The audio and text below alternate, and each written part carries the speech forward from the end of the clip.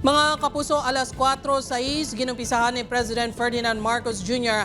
ang iya ika-4 nga State of the Nation address sa Batasang Pambansa sa Quezon City. Nanginibukada sa iya sona among importansya sa pagbuligay sa mga Pilipino kag pagpaiway na sa pagbinahin-bahin. Ginsambit sini ang mga pamaagi agud masolusyonan ang problema sa kapigaduhon kag gutom lakip na diri ang mas madamo pa nga trabaho. Gindayaw man ni PBBM ang kadalagan sa 20 pesos rice program nga nalunsar sa nagkalain nga bahin sang pungsod.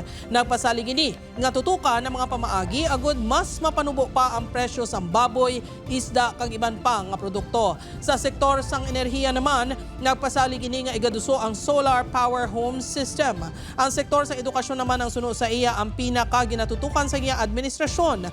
Prioridad ang pagpreparar sa maayo nga buwas damlag para sa mga kabataan. Sa sports, giningganyo ni PBBM ang LGUs nga maglunsar pa sa mga programa angot sa ikayong lawas. Sa seguridad, nagpasalig ang presidente nga magaresponde ang kapulisan sa sulod lamang sang 5 ka minutos. Ang kalamidad suno kay PBBM kinahanglan man nga preparahan. Ginsambit sini ang mga bagyo nga naglabay sang sini nga bulan, subong man ang pagbantay sa estado sang Mount Canlaon sa Negros Occidental.